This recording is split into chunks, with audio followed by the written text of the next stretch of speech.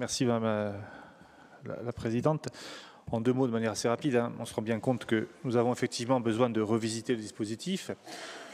Il y a plusieurs demandes qui ont été faites auprès du préfet de Corse pour rendre l'enveloppe fongible et avoir bien sûr une vision plus claire. Bon, quand Georges parle de dispositif obscur, je ne partage pas tout à fait, mais je ne pense pas que c'est ce qu'il voulait dire ou ce qu'il pense, mais c'est vrai que les règles sont complexes. Elles ont été établies il y a de nombreuses années et aujourd'hui nous avons besoin d'une enveloppe qui soit territorialisée et non plus sur 2 départements.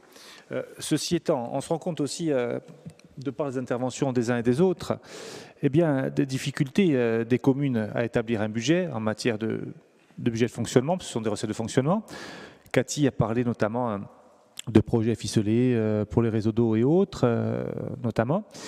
Et on voit bien que la collectivité de Corse, eh bien, c'est, je dirais, l'entité qui centralise toutes les demandes.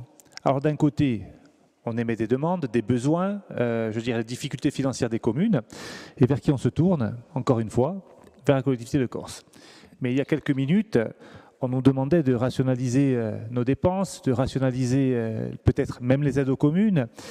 On voit bien que c'est quand même assez paradoxal. D'un côté, on vient nous donner, non pas la leçon, mais en tout cas quelques conseils de gestion. Et de l'autre, quand on reprend sa casquette de maire, de président d'Interco, eh bien, on vient nous demander d'ouvrir les vannes. Et lorsqu'il manque effectivement 25% de l'enveloppe précédente, ça pose problème pour établir son budget communal. Alors oui, c'est un souci. Oui, on doit revoir la mesure. Oui, on doit revoir le dispositif. Mais je vous alerte encore une fois.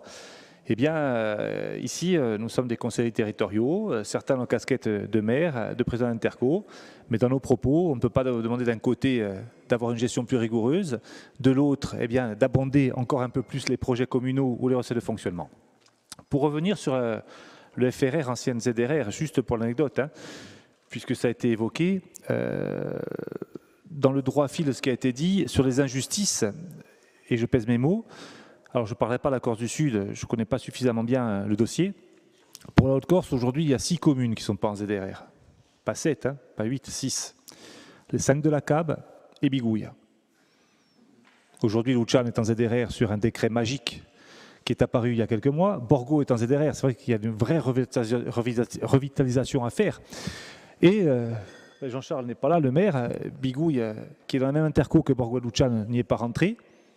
Le maire est peut-être nationaliste, je ne sais pas. Et la CAB, les 5 communes, idem, ne sont pas en ZRR. Ce qui veut dire qu'aujourd'hui, je change un petit peu de sujet, mais c'est important de le dire aussi.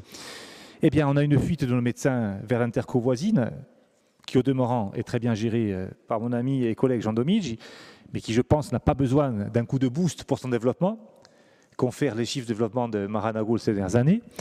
Et nous nous retrouvons avec... par exemple, un territoire comme la CAB, qui incube des entreprises via un tiers-lieu qui a été ouvert il y a quelques mois, qui permet aux jeunes entrepreneurs d'être hébergés gratuitement. Et puis, lorsque le moment d'établir son siège social arrive, qu'est-ce qu'on fait ? Eh bien, on se tourne vers Maranagul, on se tourne vers Cazinc, et ça, c'est une vraie injustice. Idem pour les médecins, la fuite des médecins de l'hôpital de Bastia. Certains vous diront que l'hôpital est obsolète, que l'hôpital est mal géré. Moi, je vous dis simplement qu'aujourd'hui, en termes d'avantages fiscaux, lorsqu'on va s'installer à Borgo, à Luciane ou en Cazinc, eh bien, on a des vrais avantages fiscaux.